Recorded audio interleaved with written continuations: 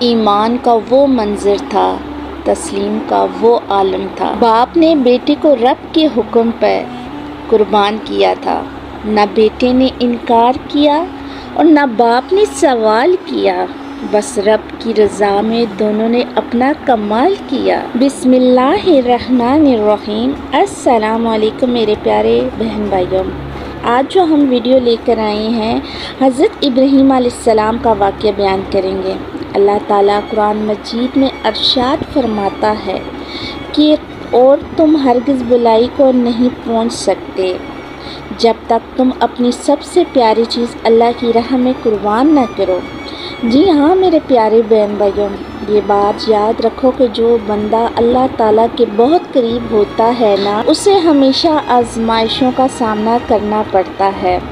یہی وجہ ہے کہ سب سے زیادہ آزمائشیں اور مشکلات اللہ تعالیٰ کے انبیاء اکرام پر آئیں، پھر صحابہ اکرام پر۔ وہ ہر آزمائش پر اللہ کے نیک بندے صبر کرتے اور کامیاب ہوتے۔ وہی لوگ کامیاب ہوتے جو اللہ کی رضا کو حاصل کرنے کے لیے اپنا سب کچھ قربان کر دیتے۔ حضرت ابراہیم علیہ السلام وہ نبی ہیں جن کو پیدائش سے لے کر آخری وقت تک آزمائشوں میں ڈالا گیا، لیکن آپ ہر آزمائش میں اللہ تعالیٰ کی رضا کو حاصل کرنے میں کامیاب ہوئے۔ یہی وجہ ہے کہ اللہ تعالیٰ نے حضرت ابراہیم علیہ السلام کو اپنا خلیل اللہ بنا لیا۔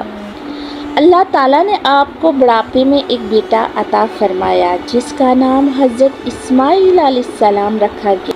حضرت اسماعیل علیہ السلام کے بڑھاپے کا سہارا حضرت اسماعیل علیہ السلام حضرت ابراہیم علیہ السلام کے بڑھاپے کا سہارا تھے۔ دین کو آگے بڑھانے کے لیے ان کے چشم و چراغ تھے۔ حضرت ابراہیم علیہ السلام کو اپنے بیٹے حضرت اسماعیل علیہ السلام سے بہت زیادہ محبت تھی۔ ایک رات آپ سوئے ہوئے تھے کہ خواب میں آواز آئی، اے ابراہیم، اے ابراہیم، اے ابراہیم، اللہ کی راہ میں اپنی سب سے پیاری چیز کو قربان کرو۔ صبح جب آپ جاگے تو سوچ میں پڑ گئے، انبیاء کرام کے خواب وہی کی طرح ہوتے ہیں۔ آپ نے سمجھا کہ اللہ تعالیٰ مجھ سے میری سب سے پیاری چیز قربان کروانا چاہتا ہے۔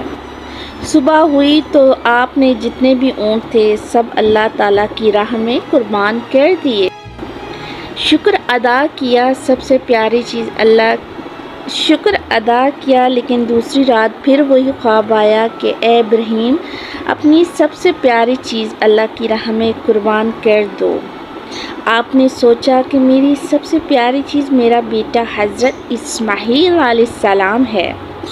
آپ نے فیصلہ کیا کہ کل میں اپنے بیٹے کو اللہ کی راہ میں قربان کر دوں گا۔ اگلی صبح آپ نے اپنی بیوی حضرت حاجرہ علیہ السلام سے فرمایا، آج میرے بیٹے کو اچھا لباس پہنا دینا، اسے اچھی طرح تیار کر دینا، میں اسے ایک دوست کی دعوت پر لے کر جا رہا ہوں۔ حضرت حاجرہ علیہ السلام خوش ہوئیں، بیٹے کو تیار کر کے شوہر کے ساتھ بھیج دیا۔ حضرت ابراہیم علیہ السلام بیٹے کو لے کر قربانی گاہ کی طرف روانہ ہوئے۔ اسی دوران شیطان حضرت حاجرہ علیہ السلام کے پاس آیا اور کہا، ابراہیم تمہارے بیٹے کو دعوت پر نہیں بلکہ قتل کرنے کے لیے لے جا رہی ہیں۔ حضرت حاجرہ علیہ السلام نے جواب دیا، میں اپنے شوہر کی نیت کو اچھی طرح جانتی ہوں، وہ کبھی بھی یہ حرکت نہیں کریں گے۔ شیطان نے کہا، حضرت ابراہیم علیہ السلام نے اللہ کی طرف سے خواب دیکھا ہے کہ اپنے بیٹے کو قربان کرنا ہے۔